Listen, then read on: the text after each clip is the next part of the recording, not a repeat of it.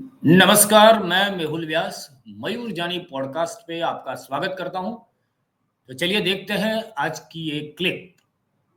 ये जो मंत्रिमंडल अभी का है, जो अचानक से मतलब ये 17 सीएम भूपेंद्र पटेल के साथ के 17 लोग, तो भूपेंद्र पटेल खुद भी जो है बड़ा अनजान चेहरा था गुजरात के लिए। हम अहमदाबाद में हैं तो हम उनको जानते थे, अलग बात है। अब बाकी 4 लोगों को छोड़ के मुझे आज तक उनके सही नाम और उनके चेहरे पता नहीं है। अब अगर इनको भी बदल दिया गया तो और जो लाएंगे ये कहां से लाएंगे? इन्होंने कैडर तो बनाया नहीं है सर, कैडर बेस्ड लीडरशिप तो इनकी हुई नहीं है। और जो को थोड़ा बहुत भी बड़ा होता गया तो उसको तो उन्होंने तुरंत काटा है। ऐसे बहुत सारे लोग हैं बीजेपी में जो मजबूत सेकंड कैडर बन सकते थे। गुजरात की बात कर रहा हूं मैं। उनको जैसे ही थोड़े बड़े हुए तो उन्होंने काट दिया। शंकर चौधरी का नाम ले सकते हैं, बाकी का भी नाम ले सकते हैं आप, है ना। जयेश रादड़िया का भी नाम, भले कांग्रेस से आए थे लेकिन मैं उसका भी नाम लूंगा उसमें। मजबूत हो रहा था वो आदमी, लेकिन उसको भी जो है काट दिया। ऐसे ऐसे कुछ और नाम भी हैं। तो अब ये इनको हटाएंगे तो कहां से लेके आएंगे? वार्ड में से काउंसिलर जो है उठा के मंत्री बनाएंगे क्या? क्या करेंगे महाराज? दिक्कत यही है जब आप ये सोचते हो कि किसी भी को नरेंद्र मोदी के नाम पर टिकट देकर हम जिता देंगे और नो रिपीट थियरी लाएंगे, तो एक्सपीरियंस लोग आपको मिलेंगे कैसे? अभी का जो मंत्रिमंडल, क्योंकि इससे हो क्या रहा है ठाकर साहब कि आप ऑनेस्टली मुझे बताइए, कौन सा ऐसा मंत्री आप देखते हैं इस मंत्रिमंडल में जो अपने विभाग की समझ रखता हो, जो जिसको जो डिपार्टमेंट या जो विभाग दिया गया है उस मंत्रालय की टेक्निकल से लेके कोई भी एडमिनिस्ट्रेटिव समझ, प्रशासनिक और तकनीकी दोनों समझ अच्छी तरह से रखता हो? ऐसा एक मंत्री अगर आपके ध्यान में हो तो मुझे बताइए सर। ब्यूरोक्रेट्स चला दे, ब्यूरोक्रेट्स देखिए दो विभाग ऐसे हैं जिसके अंदर आपको दिखेगा कि जो मंत्री है वो अधिकारी को ओवर पावर नहीं कर रहे हैं। उसमें एक है कुंवर जी भाई बावलिया का, लेकिन वो कहां से आए हैं? तो वो कांग्रेस से आए। दूसरा एक ऐसा व्यक्ति है अभी इस पार्टी के अंदर जो नितिन पटेल की भूमिका जो है वो अदा कर रहा है, वो ऋषिकेश पटेल है। वो सीनियर है, एक्सपीरियंस है।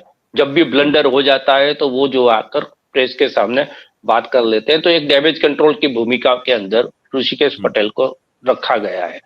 उसके अलावा जितने भी लोग हैं, जब कोई कांड हो जाता है तब पता चलता है कि ये विभाग का ये मंत्री है। हम ही चर्चा में जाते हैं तो नाम भूल जाते हैं कि भाई कौन से विभाग का कौन मंत्री है।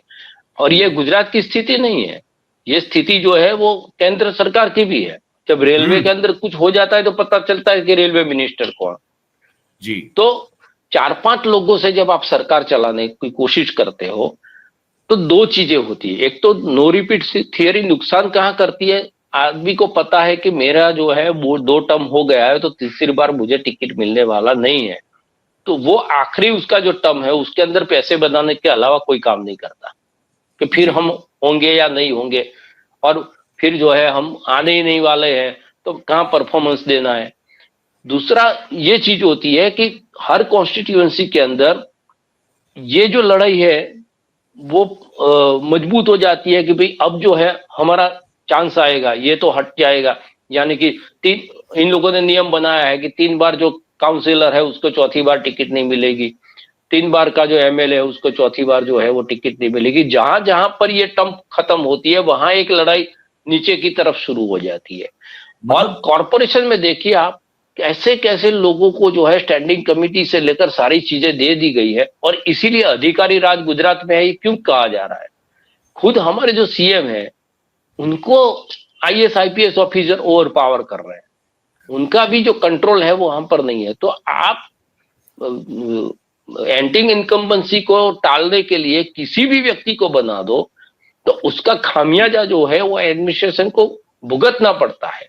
और वही चीजें ये जो आपने समस्याएं बताई, रोड की हो, रास्तों की हो, इंफ्रास्ट्रक्चर की हो, पानी की समस्या हो, नल से जल की योजना हो, जितनी भी सरकार की पॉलिसीज हो उनको लागू करना हो, हॉस्पिटलों के अंदर जो आयुष्मान कार्ड को लेकर जो फ्रॉड हो जाता है उसकी बात हो, मनरेगा के जो कौभांड है, वो सारी जो चीजें हैं उसके ऊपर अधिकारियों ने जो है वो कब्जा कर लिया है।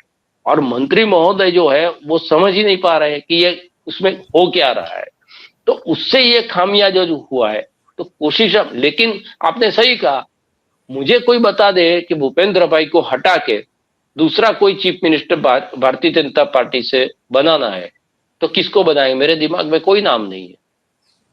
वही तो बात आनंदीबेन नहीं तो कौन? तो नितिन पटेल हमारे पास जवाब थी। आज का जो भारतीय जनता पार्टी के विधायक है उसमें फिर आप किसी को भी बना दो वो बात ठीक है, लेकिन पब्लिक के अंदर कि भाई मुख्यमंत्री का दावेदार कौन हो सकता है, ऐसा कोई नाम आपको मिलेगा नहीं।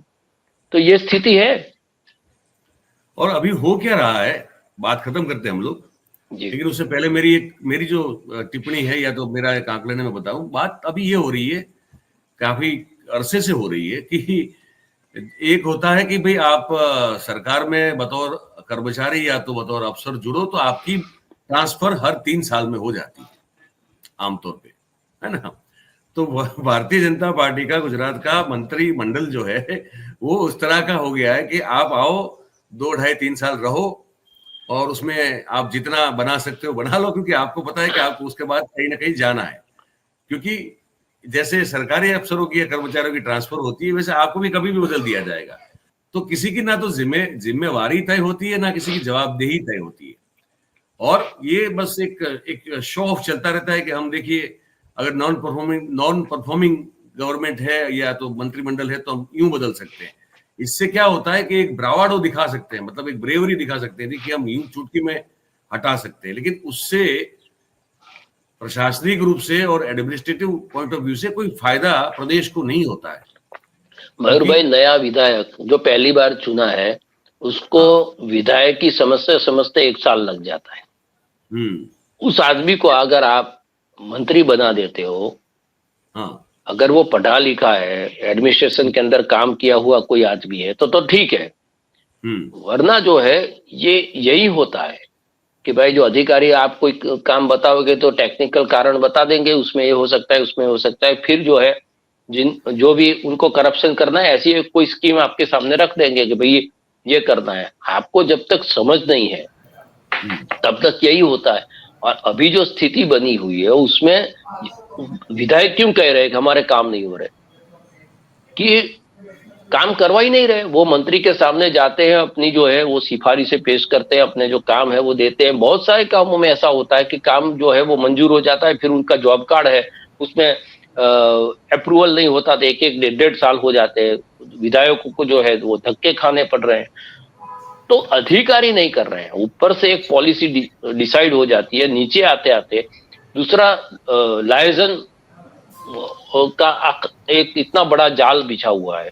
और गुजरात के अंदर ये कहा जा रहा है कि आपको कोई भी काम कराना हो, पुलिस स्टेशन में काम कराना हो, जो है पॉलिटिकल सिफारिश की जरूरत नहीं है। तो ये क्लिप आपने देखी, इसके लिए आपका सबसे पहले तो धन्यवाद। और अगर आप इस विषय पर पूरा वीडियो देखना चाहते हैं तो कृपया करके मयूर जानी ऑफिशियल जो हमारा यूट्यूब चैनल है वहां पे आप देख सकते हैं। और अगर आपको ये वीडियो पसंद आया है तो आप इस चैनल को भी सब्सक्राइब कर लें। धन्यवाद। भारत माता की जय।